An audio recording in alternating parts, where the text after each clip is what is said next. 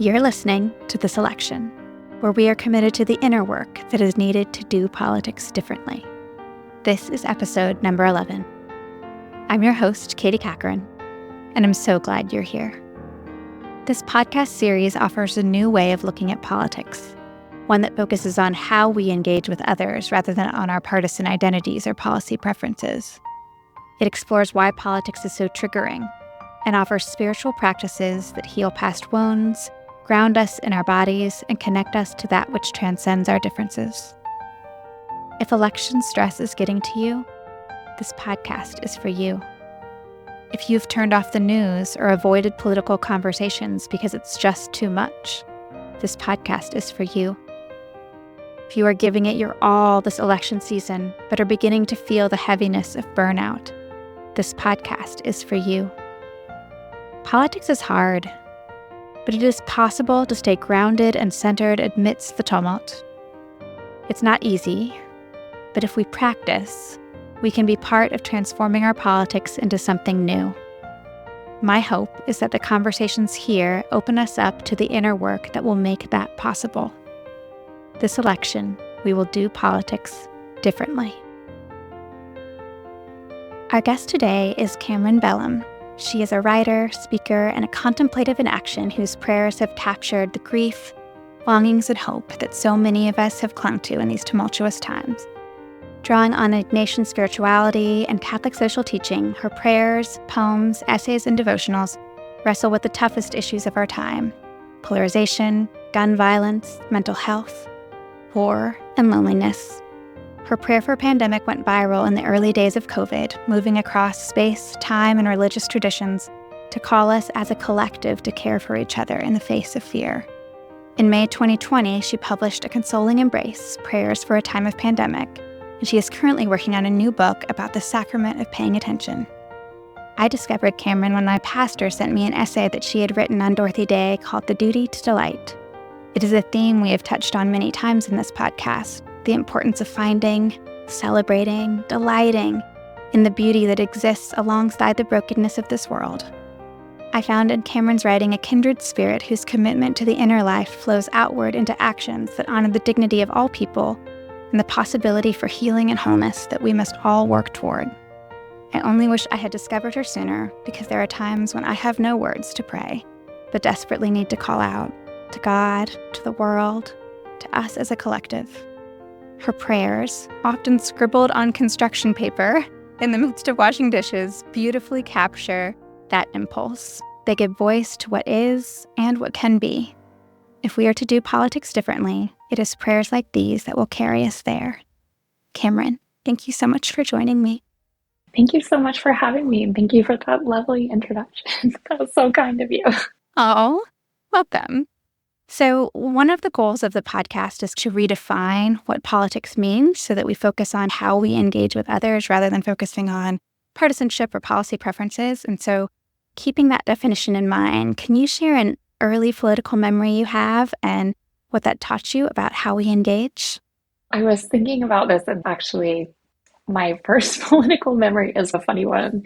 It's from the Bush and Clinton election. I was a kid then, and I remember watching the news. It was back when people watched the news on their TVs. That feels like a long time ago. Someone local was having a party, and the reporter was saying, like, there's a table, and there's a platter of broccoli, and there's a platter of cookies. And if you voted for Clinton, you get a cookie. And if you voted for Bush, you get broccoli, which is just so silly. But I feel like even then it felt, oh, okay, this is this shared thing where we're coming together and we don't always agree, but we are in this process together. I'm from Memphis. I was born and raised there in really the Bible Belt, and just in a place where people were told, this is simple, vote this way. And so much of my political consciousness came about when I was a young adult. I'm always voted in every election and taken that very seriously. But as an adult coming to these issues and questions saying, oh, wait a minute, let me look at this. Let me look at it from this perspective. Whose voice are we not hearing? And I feel like I just have to say too that I'm a white cishet woman, and there are things that don't touch me. And so I feel that it is my responsibility to be aware of how our policies affect those people. And there's sometimes this refrain of, oh, I'm not a political person. But I think that the counter to that is that politics affect people, and about people we care very much. I'm coming also from a place of Catholic social teaching, which holds that we have a preferential option for the poor. One of our great theologians, liberation theologian, Gustavo Gutierrez, actually just died today at 96, and is a great loss in that community and for the world. But he held to a theology, and thus necessarily a politics, that was good news for the poor, and said, if this is not good news for the poor, then it's not good news. And he said very provocatively, so you say you love the poor, name them. And I think that so much of our engagement with politics is something that has to be built not once every 4 years, but constantly. It in our relationship with others, it's something that has to be built brick by brick in our interaction with our communities, with where the places of the greatest need are. And quite frankly, I think I'm going to be fine. And therefore, I want my attention always to be turned to the people who are not going to be fine. I think we have an opportunity to put our most empathetic foot forward, and that is what I hope we can do in the political process. Oh, that's beautiful. So I love a couple things. So first, my question that came in when you shared your very early memory was, is the broccoli the good thing or is the cookies the good thing? That just brought up a whole bunch of questions for me about what they were trying to say. But on a more serious note, I think the idea of like politics being about people, and we love people. So to say you're not a political person, if there are people in the world, in the community that you love, politics as part of loving them. And I also loved what you said about if you say that you love the poor, name them, and how that really invites us into relationship. So if politics is one pillar, and then the podcast project, the other two are trauma and spirituality. Trauma because politics has wounded us, which makes it hard for us to engage sometimes. And then spirituality because it offers a pathway through that woundedness to a place of hope. And so today we're going to be talking about prayer as a spiritual practice that we can use. And as I mentioned in the intro, you have written some beautiful prayers that really speak into this political moment. But before we dig into that, I was wondering if you could just tell me what prayer is. What is your perspective on the definition of prayer? The truest thing that I probably can say about it is that it's always changing and growing for me.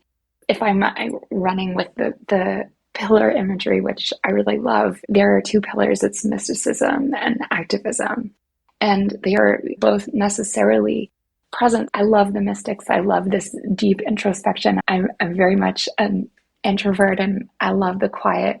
But what that mysticism does for me is to birth an understanding of human experience as sacred, as something that transcends anything that we can put into words.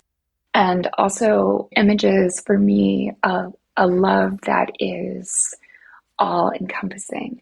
So having that experience of mysticism for me necessarily translates into how I treat other people and how I believe other people should be treated, because that love and that deep inner sacredness is not something that's just for me.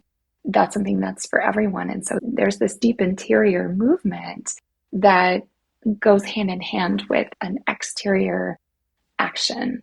All of my heroes are people who do that so well, who have a deep inner well, but consistently draw from that well and share that richness with others. In thinking about prayer, I think that it is primarily something that connects us and something that humanizes us. I was thinking about how in the wake of disaster, something like Hurricane Helene, something like 9/11, something like what's happening in Israel and Gaza draws people together across denomination and across creed. And that is something that I have to say in my personal theology, I think makes the heart of God so glad to see us, instead of building walls between us, coming together.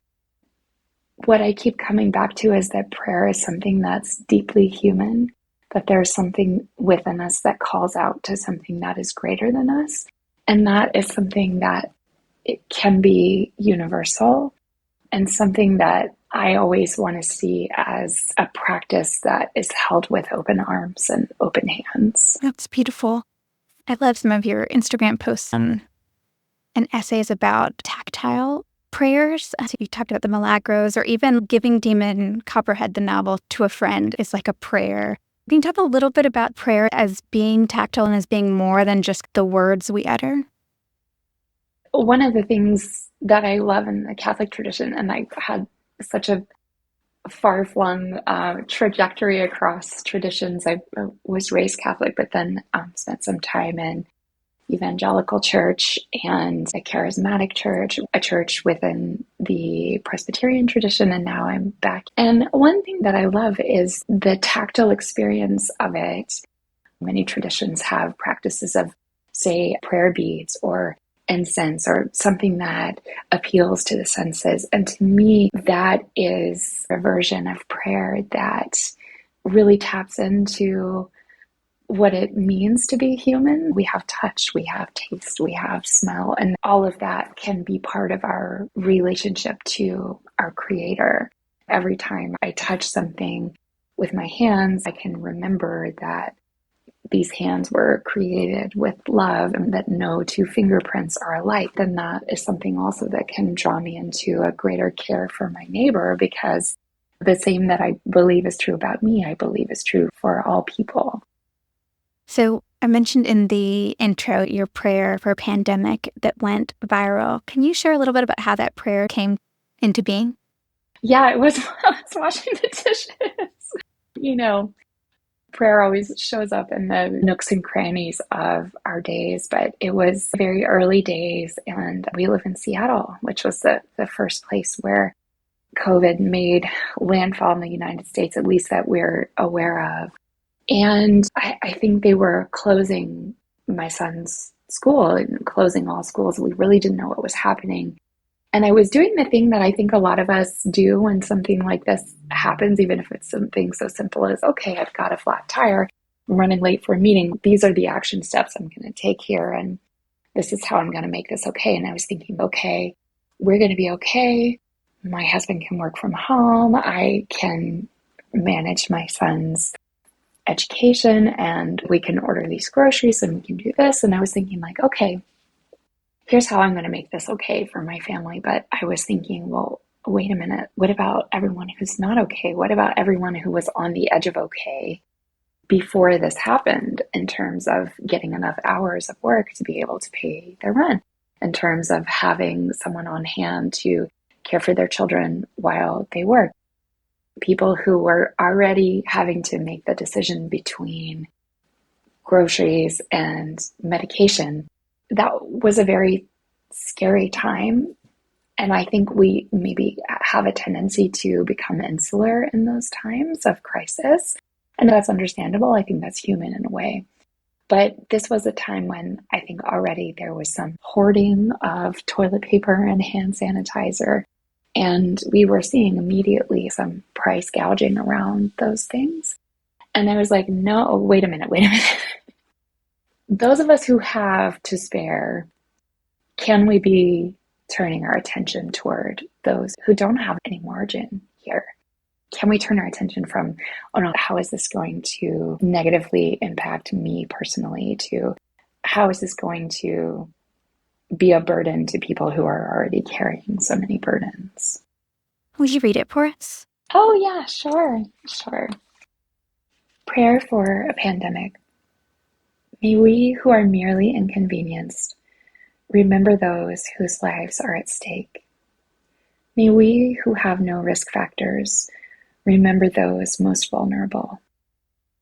May we who have the luxury of working from home remember those who must choose between preserving their health or making their rent. May we who have the flexibility to care for our children when their schools close, remember those who have no options. May we who have to cancel our trips, remember those that have no safe place to go. May we who are losing our margin money in the tumult of the economic market, remember those who have no margin at all.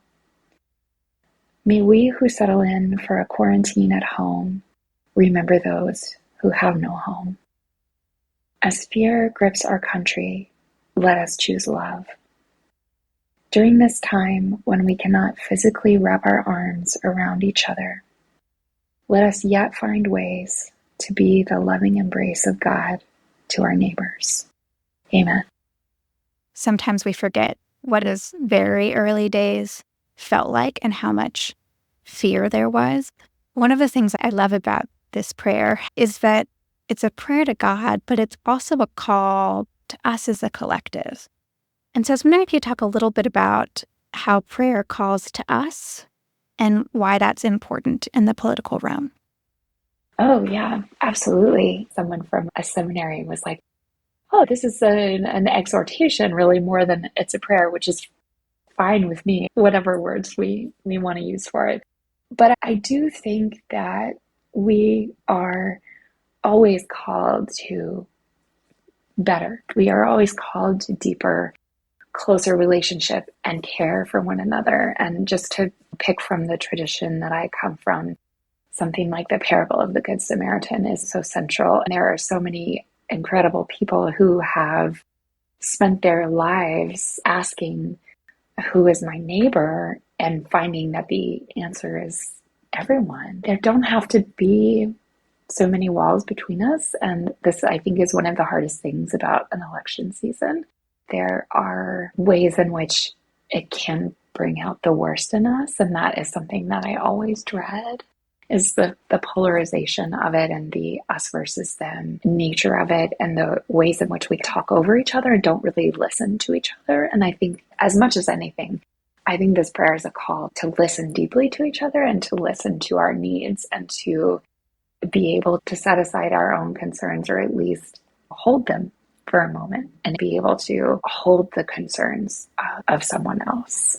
What you said too about that, politics can bring out the worst of us sometimes, and that this prayer was calling to the best of us. It was calling to the best in each of us. And I think if we can utter prayers that help call ourselves and others to that best and arrive ready for that, then maybe politics can change a little bit, at least in some of those moments in small ways. Oh, absolutely. I think of Mr. Rogers saying, look for the helpers. And they're always there. There are always incredible stories of people who are in dire need, and other people, often from their own lack, sharing what little they have. That absolutely, I believe, is the best in us. And there are, I think, always going to be destabilizing forces there. But I love what you said about fear, because I do think a lot of that really comes from fear. Even to just be able to name that, I think, is such an important step in the right direction, to be able to let go of that even just a little bit and dream for a better, more loving collective. So a lot of your writing and many of your prayers draw on the experience of the saints. St. Ignatius has obviously had a really big influence in your life, but you also have devotionals of unlikely saints. And your new book explores luminaries like Mary Oliver and Simone Bay and Dorothy Day. How have these people influenced the way you approach prayer? And what does that teach us about the way it brings the wisdom of our ancestors to life? I think, first and foremost, it creates a sense that we're not alone.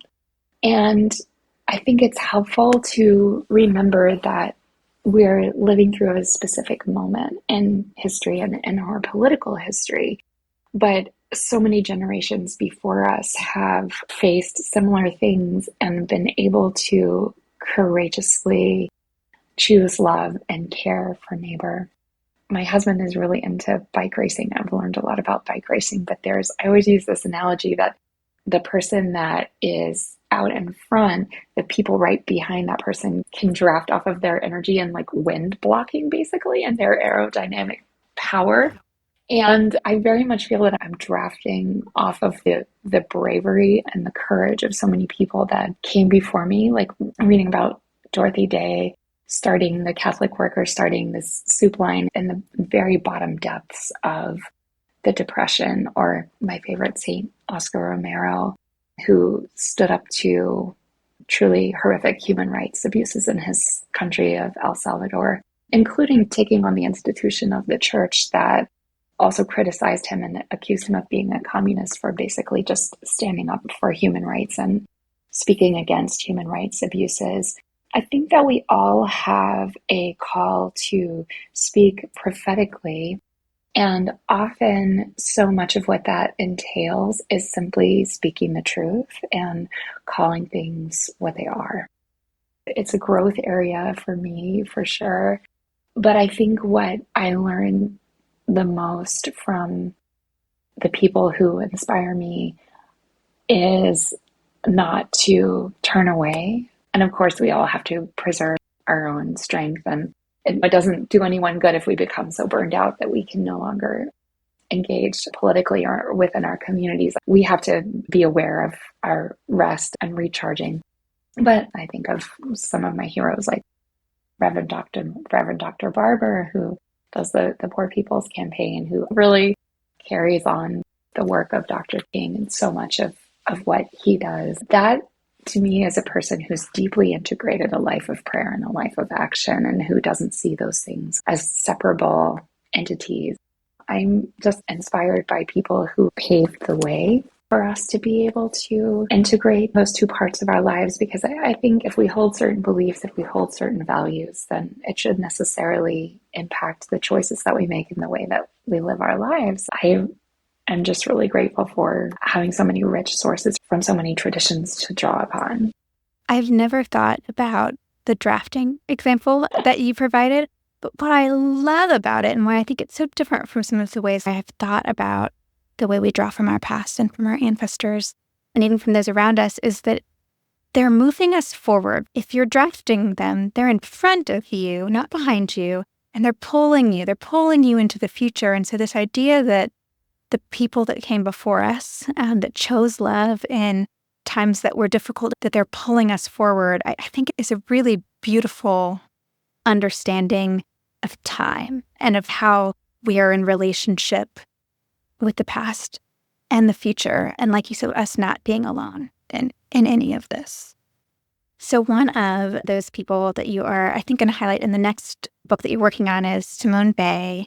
And she says that attention taken to the highest degree is the same thing as prayer. Can you talk about what that might mean in the context of our fractured political space? Yes, I love Simone. She's amazing. And I think for me, speaking politically, but also in terms of just our shared humanity, I think attention is a starting point and kind of a prerequisite. But when Simone is talking about attention, she is always talking about relationship to others. She is specifically speaking about our attention to people who are suffering. And she says in one of her essays that attention is the deepest form of generosity that we can give to someone, and that the greatest gift that we can give to someone who is suffering, she uses the term affliction, which is more than a physical suffering, but a deep physical, spiritual, mental, emotional anguish. She says that the most generous thing that we can do is to say to that person, what are you going through? And that is such a simple yet revolutionary idea. So much of my consciousness politically has been developed and activated and taken to another level post 2016. And I think that's probably true for a lot of people, but that is when I started making regular calls to representatives. It's when I started writing letters. It's when I started faxing. But it's not necessarily something that I'm proud of, that we had to have such an extreme figure for me to realize, oh no, people are going to suffer. And they had been suffering before. We had in 2020 another wave of realization, I think, for people who were not necessarily affected by our policies and the way that we have not managed our own history. I think that was an awakening for a lot of people. And I think for myself included, there is a lot more awakening that yet needs to happen. But it has to start there. There's so many people, myself included, saying, oh my gosh, I had no idea that this was the percentage of incarcerated people who are executed, that this was the situation with mass incarceration, that we have so much learning to do. And it has to start with attention. And I think it also has to start with attention to people whose voices have historically been marginalized or pushed to the side. So that is very much a model for me. Attention is where it starts, and I don't think we can pay attention while we are speaking. I think we need to listen first. I love that in the context of polarization too, because I think we are both called in this moment to listen and to pay attention to those who are suffering and those who are on the margins, but we're also called to listen and pay attention to those who think differently than us. Yeah. And I think we start with here's all the things. Like, what are you thinking? As opposed to the question that she said, which is, what are you going through right now? Tell me what's going on. And then really listening to that. We don't think about that question as a political question. We think, hey, what do you think about the debate? Or what do you think about the latest poll numbers? But approaching that as a prayer and as a political act of paying attention so that we can figure out how to move across these divides and engage in politics without dehumanizing each other, I think that's just such a simple, beautiful way forward. Yeah, absolutely. Because I think that behind fear, and I speak of myself as well here, behind fear is often pain. And that pain needs to be heard, I think. Asking a question like, what are you going through? And then if it's in a specifically political engagement, instead of coming out swinging, saying, can you tell me about your experiences that have formed your opinion on this? And I think this is said every election cycle. And I do really think it's true that we have more in common than we don't. And there are aspects of the political process that capitalize upon and exaggerate those differences between us. But we very much are all human, and in many ways we have similar wounds, and in many ways we want the same things. It has to be a give and a take, because in the positions that we hold, we're not always aware of the ways that those positions can be harmful or polarizing to other people. But we're certainly not going to get anywhere if we're not willing to listen. So another thing that you have said, I think on another podcast, was that prayer is how you metabolize the news. I think there are a lot of people where the news is just too much sometimes, but we need information, right? And turning off the news, it limits our perspective. Can you tell me a little bit about how prayer helps you metabolize the news? It's a field of quagmires out there, and we just have to have an awareness that a lot of our media is simply driven by capitalism and the need to meet or exceed the bottom line. And unfortunately, fear and extreme statements tend to connect with our fear and drive our engagement.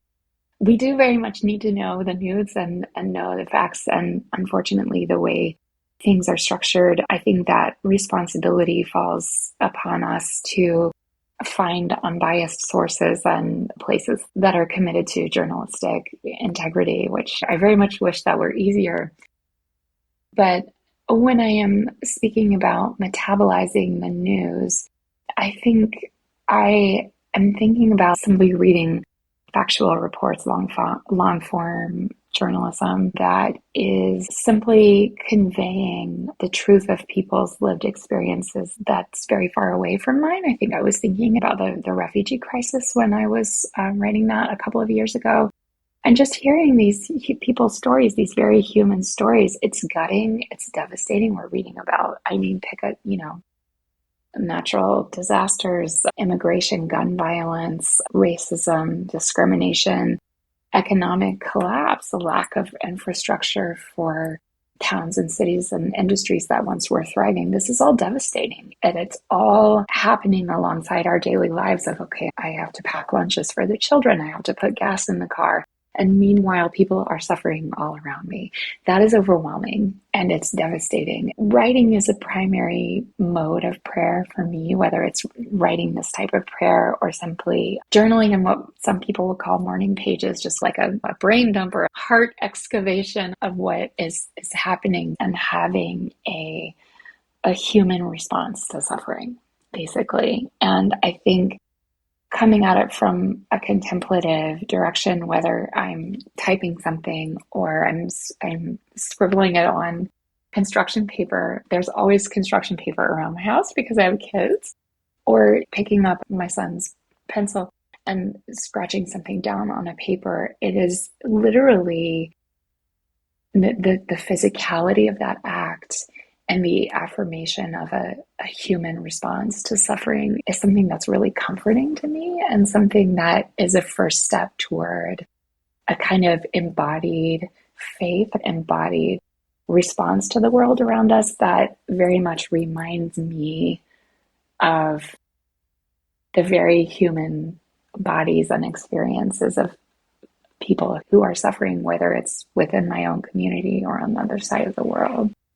And we had a guest on a couple of weeks ago who was talking about rest and the importance of writing things down when your brain is just overwhelmed. What you're saying reminds me of that wisdom, because when we read these things that are so devastating, that make it hard to be like, how can I possibly hold that and make lunches? The act of writing it down is saying, here's this tactile way in which I can respond. I'm not going to shut down and pretend those things aren't happening.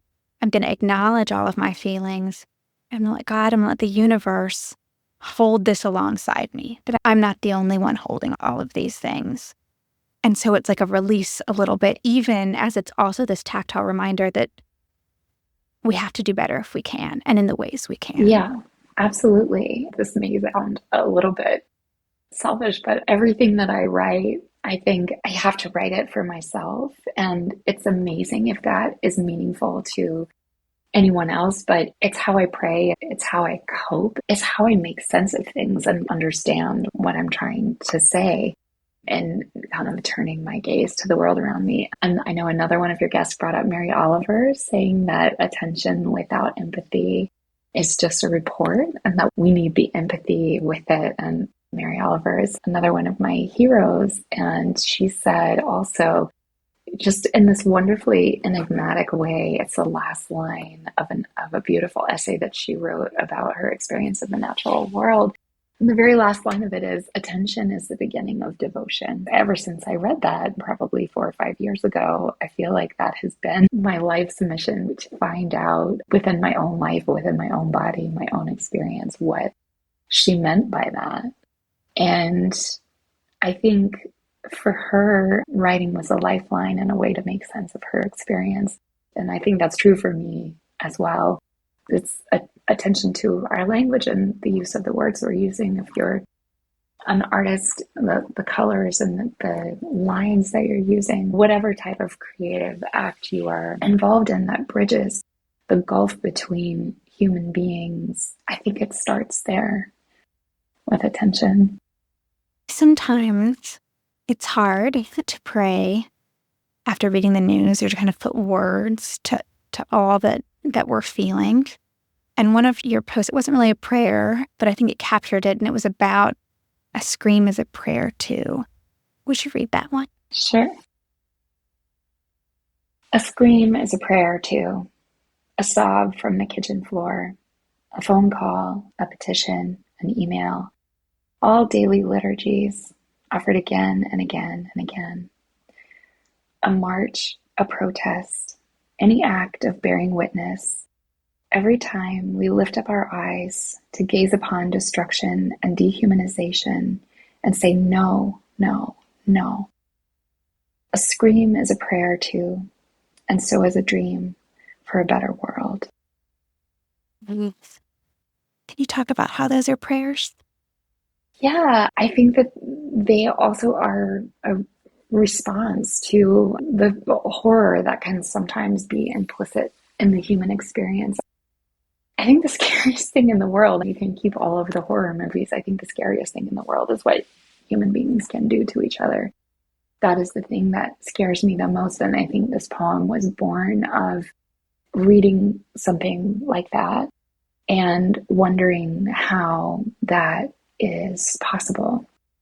But what so many people who are wiser than me have said is that it starts with us. Where are the seeds of dehumanization within us? Where are the ways within me that I dismiss other people or dehumanize other people? It has to begin there. I have also written prayers for calling your representatives, prayers for responding to political events within our lives. And I think that what it comes back to for me is that, even to take the example of a scream specifically, is that it's very human.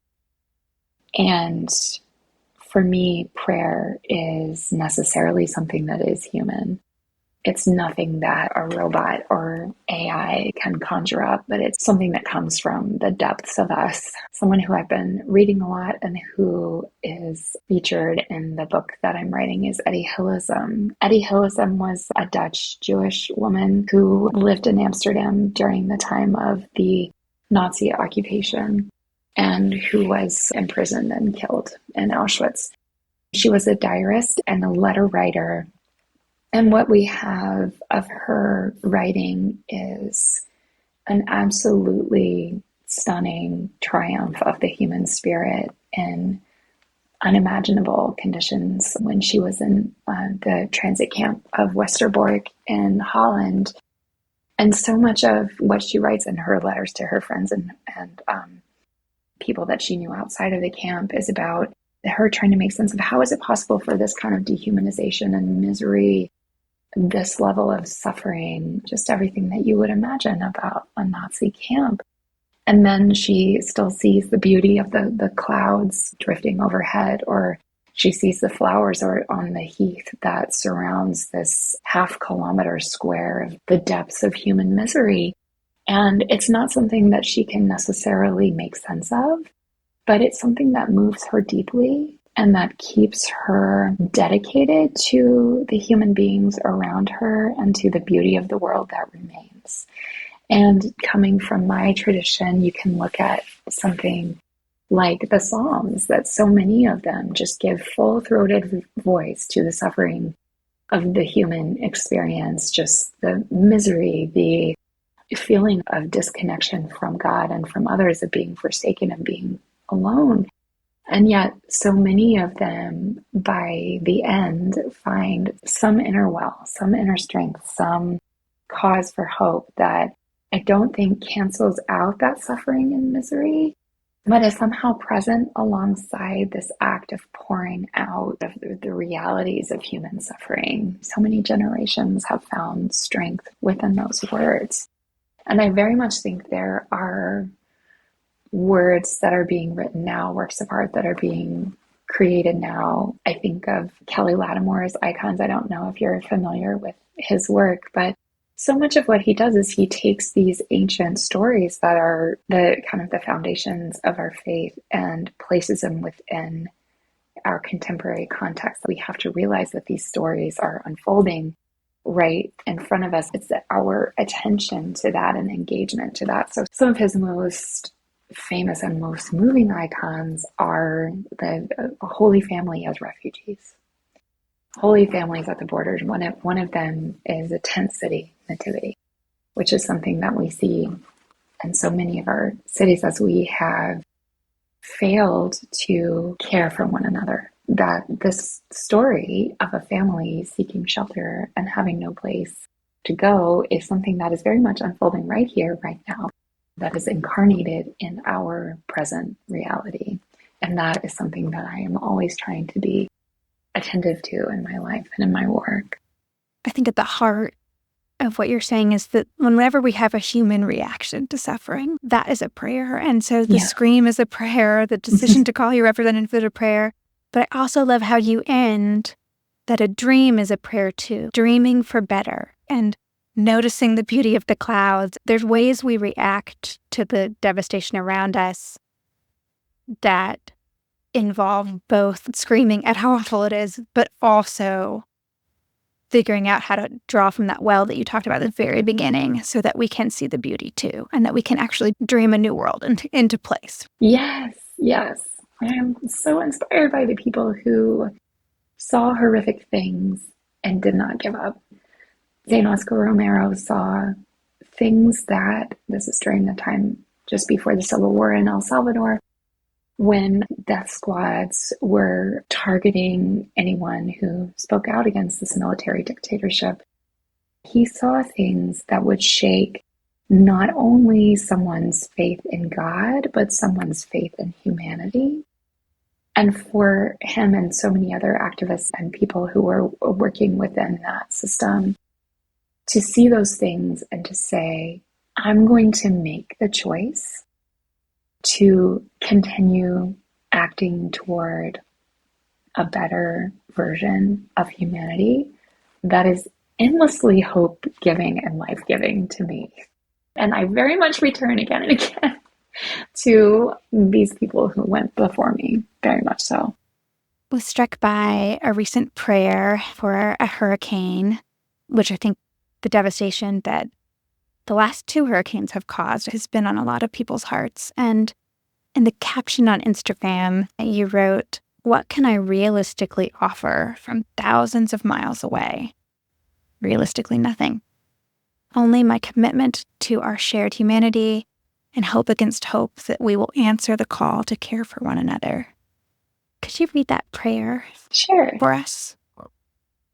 Prayer for a hurricane. What is a prayer in the eye of a storm? What is a prayer against a wall of water, a ferocious wind, a cascade of mud?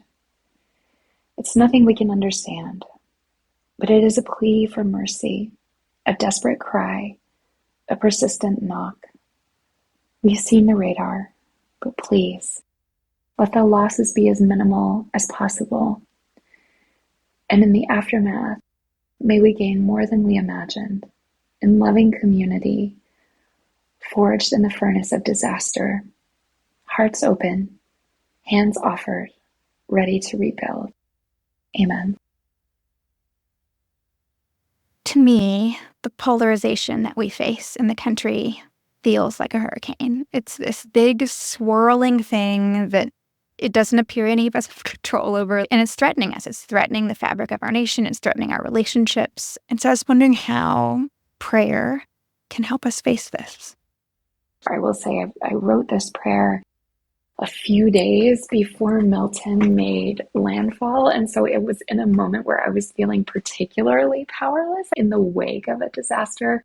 Like, okay, who's on the ground there? How can we donate? How can we send diapers? How can we send generators? How can we send the things that people need? But in this moment of just true terror, watching the radar, and I couldn't be much further away in Seattle in the country than from Florida, but seeing the cars of people trying to evacuate and hearing from people who are unable to evacuate, seeing people trying to batten down the hatches, and just knowing that there really was nothing that we could do from afar during those circumstances is so crushing and so disempowering, and it just makes us feel helpless. I think, politically, I feel like watching an election approach in some ways is like watching a hurricane approach, and just knowing that there are going to be situations in which, and I think in this election especially, there are going to be so many cases in which we are going to see people's humanity stripped from them, and the rhetoric that is used and the claims that are made. Goodness, yes, it's overwhelming. And I think I have to say something that activism said, which is we have to start with ourselves. We have to find these kernels of hatred and fear within ourselves and excavate those things. I remember a poem that I wrote after George Floyd was murdered and talking about recognizing the racism that I have within me. No one wants to say, oh, I'm racist, but we have to pay attention to ourselves too. Pay attention to the things that are lying dormant within us that we haven't recognized. And I felt like what was really needed there was a chisel. This kind of self-examination is something that we can't just say, oh, I've cast that out of myself. It requires constant work. It requires a constant chiseling away. And I can tell you sometimes I read news articles or opinion articles that really make me angry. And the thing that makes me the angriest, ironically, is the dehumanization of others. But then I can't fix anything by dehumanizing the person who wrote this article, right? We have to appeal to the best within us. And I think we have to start within ourselves, and we have to say, okay, I very much care about people who are marginalized and people who are run under the wheels of American policy, people who are ignored, people who are hurt, people who have lost more than I can fathom as a result of various policies. I have to be able to hold both of those things at the same time. That I want to be an advocate and an activist for humanizing policies, but I have to still also hold in the other hand the humanity of the people who are perpetuating those systems. We're not going to be able to make any progress unless we start from that point. And it's a challenge. It's very much a challenge because nothing makes me more angry than people who cause the suffering of other people. But I have to be aware of my own part within systems that dehumanize. I have to be aware of what kind of systems I am complicit in. The chapter that I'm working on right now is very much about our purchases and our consumerism. Who's on the other end of the tomato that I'm putting in my sandwich? Who is on the other end of the shirt that I'm wearing? We need to be very much aware of that. And I think that's where it starts. I think that points to like some other elements of prayer that we haven't touched on yet, which is the prayers for forgiveness, where we acknowledge the wrong we've done, right? And prayers for our own growth. You know, prayers call to us as a collective, they call to God, but they also are deeply personal in some ways about what our role has been and can be. The introspection that you're talking about and the ability to hold complexity is sometimes beyond our own capacities. And so prayer helps us, I think, again, not have to hold all that by ourselves and to experience the grace that comes with the fact that we're not going to do any of that perfectly, but we're not going to not try either. Yes. And we definitely need help to be our best and truest and most altruistic selves. We definitely need help there. So I normally end the podcast with a question about how you can engage this season and where you're finding hope, because that's the goal of the podcast, is to empower people to engage politically with hope. But this is going to air just a few days before the election. And so I'm going to ask a slightly different question, which is how you plan to engage after the election is over and where you will look for hope. Yeah, I love this question. And I think the best answer is the same places that I looked before in a way, which is to say all of the people and organizations who have been on the ground doing the work before and will continue doing the work after. I like to pay attention to what is being discussed and debated in the House and Congress. I like to keep making phone calls, and I like to keep engaging with what legislation is being presented and what the pros and cons of that legislation are. But really, it's local activism, local mutual aid societies, nonprofit organizations who really dive down deep in one area And I feel a little bit like, I don't know, an issue magpie sometimes, because I'm like, wait a minute.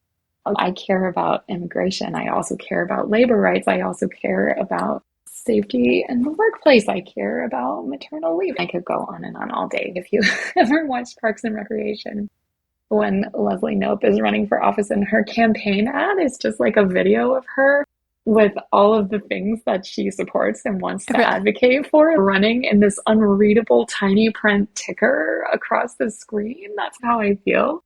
And that's why I think it's so important to engage with the people and organizations who are drilled into one specific issue, because they are the ones who know the best, who can set us up to have the most impact within our communities.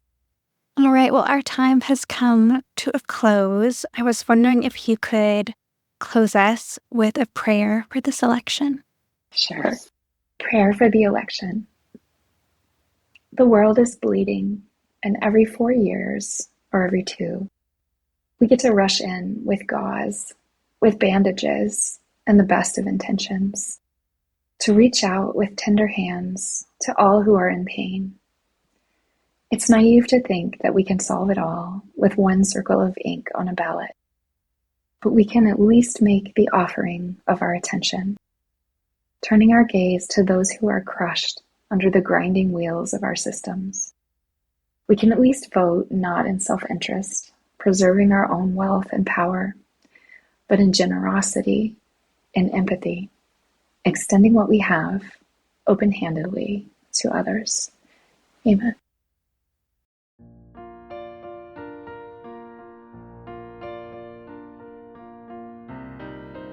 At this election, we see politics as practice, and each conversation is paired with a practice that you can take with you as you heal from and engage the political arena.